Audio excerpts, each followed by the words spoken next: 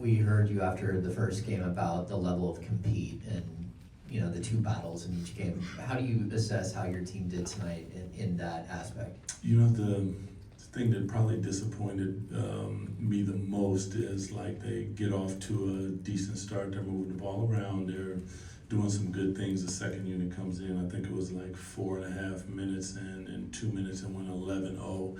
And then you shoot 14 or 15 more shots than them, and we allowed the inability to make shots to affect the intensity at which we play. That's just, you know, mentally you can't do that. You got to fight through. I told them, like, you have to learn how to win ugly games. That game was there. They weren't making shots at the beginning of the game. There was a flow. Ball was moving. Got some good open looks. You didn't make them.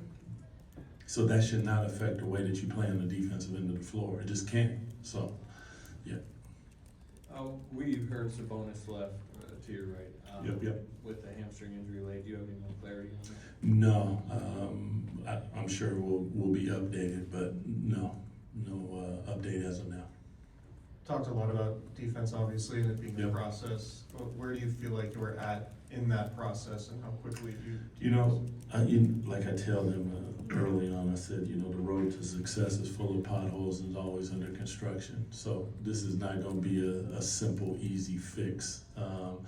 You know, we see some guys, some units that play with an intensity that we want to play with, period. And we have to find a way to hold down the fort at certain times of the game, regardless of what that's going to be, whether it's going to be a zone, whether it's going to be three-quarter court trap and back into a zone, whatever it is. There can't be an excuse of why you don't defensively give the effort and attention to detail. Balls on one side of the court, you got to bring the gym over. Like, guys getting layups and dunks, it's just unacceptable, period. I mean, you know, these guys, we've been through drills, but listen, this is on me. I'll figure out a way to make sure that these guys are doing exactly what they need to do. All I need from them is the attention to detail and the effort. Everything else, you know, I've always said, guys, I take all the bullets for that. That's what I'm here for. It's, in my opinion, it's never the players. Coach Christie, what do you, your thoughts? Seemed like, you know, when Brook Lopez came in there, he hit 3 or 4 triples, and that pretty much got them going.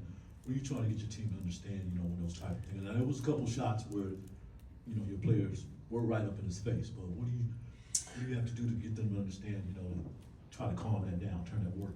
Well, listen, it was a pick and roll, I believe, with Lopez and Chris Paul, if I'm not mistaken. We got over the pick and roll like we just overhelped. No need to help that much. If Chris Paul's going to go downhill and finish at the basket, contested, okay. And we overhelped and we close out short to a guy who, on the scouting report that everyone saw, he's hot. So you got to get to his body. You can't give him any airspace. That's what he does. Make him dribble the ball. Make him go by you. And we talked about it, but the ability to, again, attention to detail, we have to be in those moments. And that's where I think, like, sometimes when you don't make shots, you get in your feelings, and unfortunately, you got to fight through that. That's the mental fatigue that is the game, and we will be better for it. Doug, don't want to ask you to speculate at all, but to see Domas leave, how tough is that, you know, tonight, given, you know, everything else you guys are already faced with? I mean, listen, your star player goes down. You never want to see that, period. I mean, I can't speculate on what it is, so, you know, hopefully it's nothing. We have some time before the first game, but, you know, those are the things that you just do not want to see, but it's part of what we do. It's the same thing with Keegan. Unfortunate as it is, it's part of our game. Doug, got a glimpse of Sarge in the starting lineup, went to IJ as well. Are you able to share any of the takeaways that you had just from the experimenting with those lineups tonight? You know, I thought Sarge got a couple of good looks. IJ had some moments and flashes. You know, for me, it's not really about what they're doing, you know, offensively, because, you know, you make shots, everyone's like, oh, you look good. Really, it's more defense. Sarge is gonna have to be more of a team defensive player, meaning are you in the right spots? IJ, we have to feel you on the defensive end. You're long and athletic, make sure all the rebounds are yours, run the floor extremely hard. I have to go back and see what we saw in that.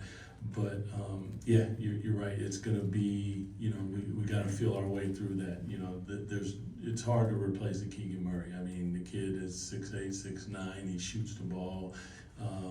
He guards the best player. Like all of a sudden, that's out of your lineup. It's tough. Thanks, DC. Yep.